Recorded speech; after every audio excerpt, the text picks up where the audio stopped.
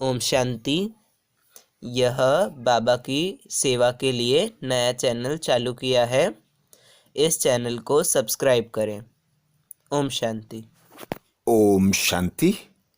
आज दिनांक 3 अप्रैल 2022 अव्यक्त बाप दादा रिवाइज कोर्स में 13 मार्च 1990 को हम बच्चों को बोले संगम पर परमात्मा का आत्माओं से विचित्र मिलन।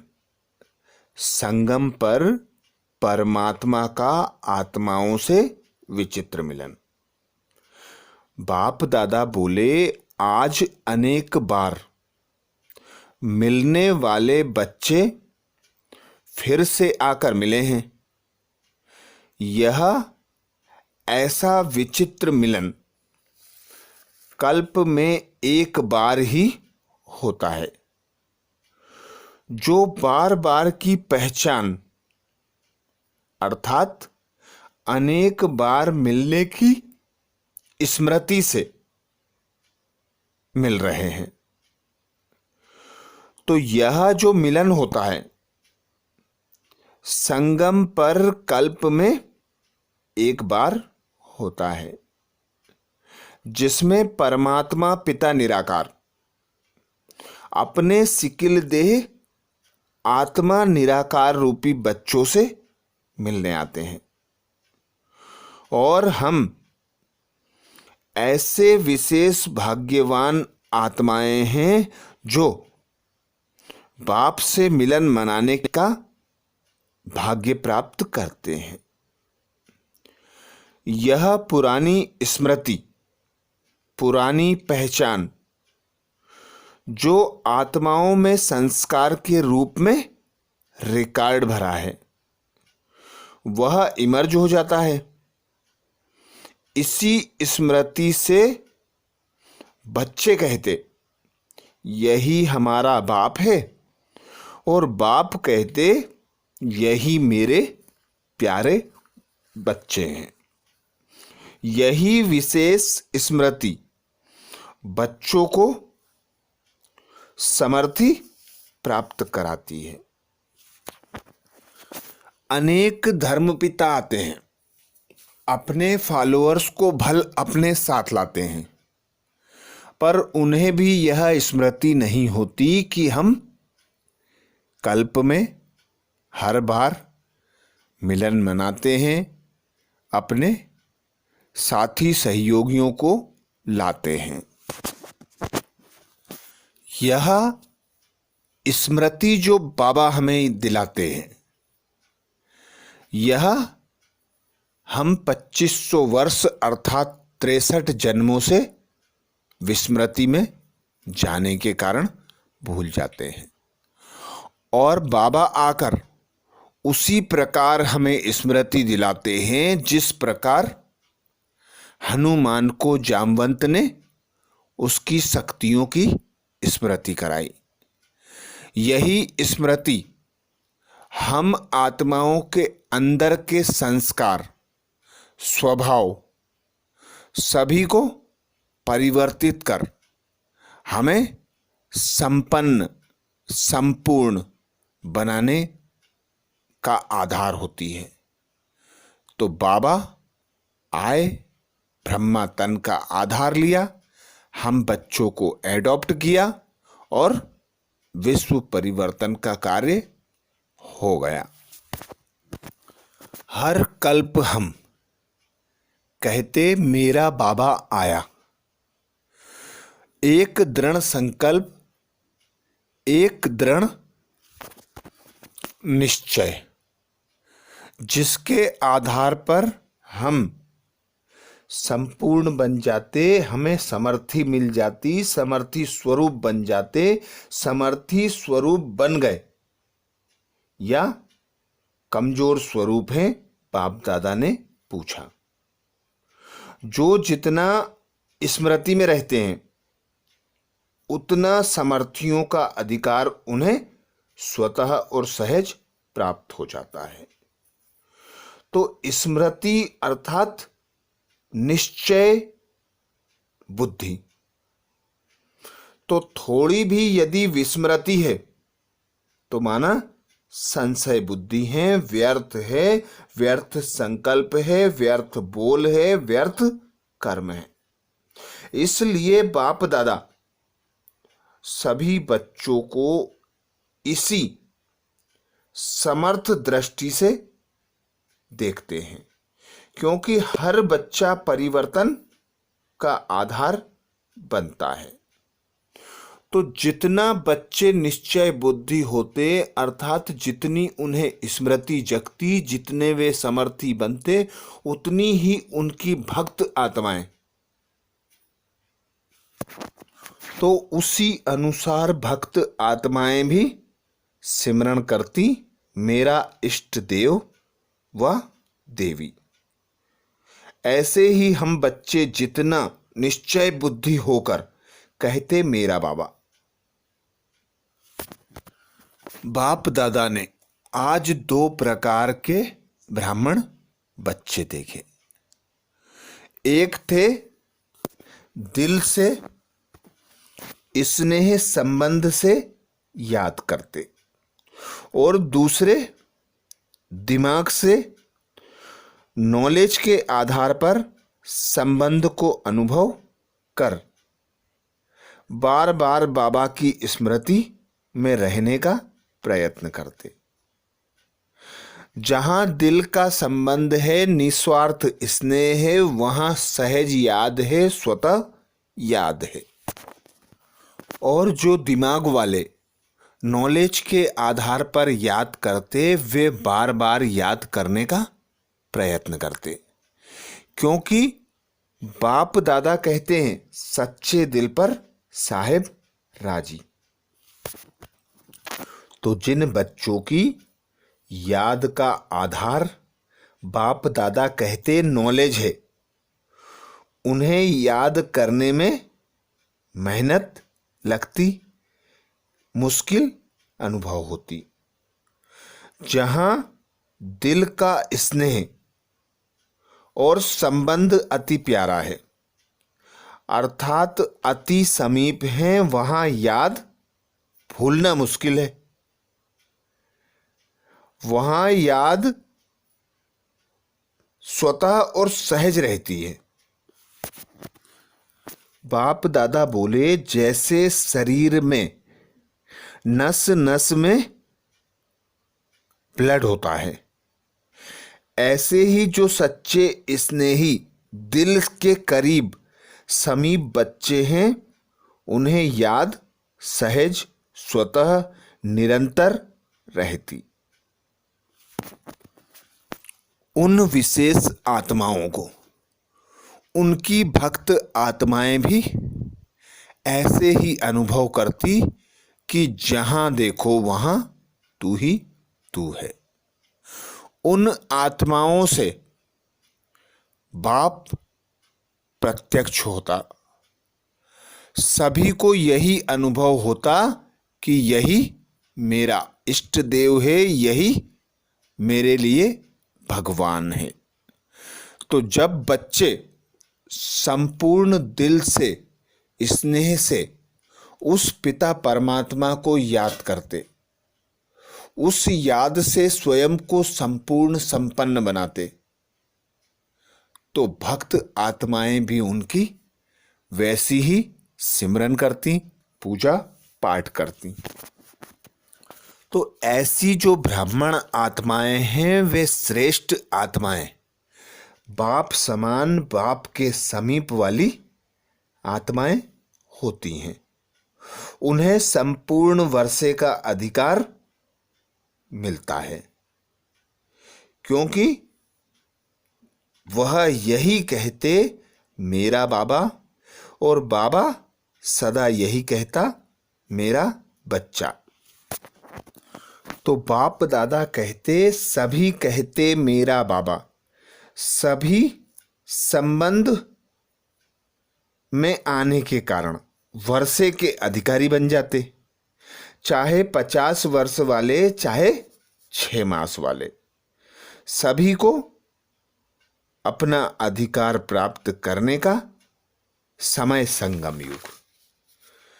अधिकार तो सभी को एक जैसा है, क्योंकि देने वाला निराला है, न्यारा है, उसके पास अखुट भंडार है। बाप दादा कहते इतना है कि सभी आत्माएं यदि अधिकारी बने तो भी खजाना अथाह बाप के पास है, तो कम क्यों दे। तो बाप दादा कहते जो अधिकार प्राप्त हुआ, जो खजाने प्राप्त हुए, उसके नशे में रहो। नशा सदैव शुद्ध रहे, उल्टा ना हो। दूसरा खजाना बाप दादा बोले खुशी का खजाना। इस खुशी में रहते कि मेरा है, लेकिन सिर्फ मेरा है, और उसको कार्य में नहीं लगाते। कोई भी अमूल्य वस्तु को सिर्फ अपने पास स्टॉक में जमा कर लिया और यूज करने में अंतर हो गया। तो बाप दादा कहते जितना कार्य में लगाते उसकी शक्ति उतनी बढ़ती जाती, वह खजाना उतना बढ़ता जाता। और सदा प्रयोग नहीं करते, कभी कभी करते, इसलिए सदा वालों में और कभी वालों में अंतर पड़ जाता। तो बाप दादा श्रीमत देते जो भी खजाने प्राप्त हुए उनका प्रयोग कर उन्हें अनुभव में लाओ, उन्हें उन खजानों को बढ़ाने के लिए उसे सफल करो, तभी खजाने अखुट हो सकेंगे, सदा के लिए साथ रहेंगे और साथी सहयोगी बनकर हमारी मदद के लिए आगे खड़े होंगे। बाप दादा कहते दाता देने में अंतर नहीं करता, लेवता लेने में अंतर कर देते हैं। तो बाप दादा पूछे आप सभी कौन हो? कार्य में लगाने वाले या सिर्फ जमा देख खुश होने वाले? पहला नंबर वाले हो या दूसरा नंबर हो? बाप दादा को खुशी है कि सभी नंबर 1 है। इस समय नंबर 1 हो। बाप दादा सदैव कहते हैं सदा बच्चों को मुख में गुलाब जामुन हो, जो कहा वह किया, अर्थात सदा गुलाब जामुन मुख में है। दुनिया वाले कहते मुख में गुलाब, लेकिन गुलाब से मुख मीठा नहीं होता, इसलिए गुलाब जामुन मुख में हो तो सदा ऐसे ही मुस्कुराते रहे। अच्छा, आज बाप दादा ने जो नए बच्चे मिलन मनाने आए उन्हें विशेष वरदान दिया। बाप दादा बोले सदा मस्तक पर बाप का हाथ अनुभव करना। जितना अनुभव करते चलोगे उतना हर बात में, हर परिस्थिति में सेफ रहोगे। तो सेफ्टी का साधन हाथ सदा अपने साथ अनुभव करना। सबसे बड़ी ते बड़ी बाप दादा बोले सिक्योरिटी है हाथ। तो हाथ को सदा अपने सर पर अनुभव कर चलना। आज बाप दादा टीचर्सों को बोले कि हिम्मत देख, खुशी हो रही है, हिम्मत रख, निमित्त तो बन जाते हो, पर सदा यह स्मृति रखो कि बेहद के स्टेज पर हीरो पार्टधारी मैं भाग्यवान आत्मा हूं। मुझे यह श्रेष्ठ भाग्य प्राप्त हुआ है, जो मैं करती हूं मुझे देखकर सारी दुनिया करती है। तो निमित्त बनी, विशेष भाग्य प्राप्त हुआ, इस भाग्य को बढ़ाते चलो।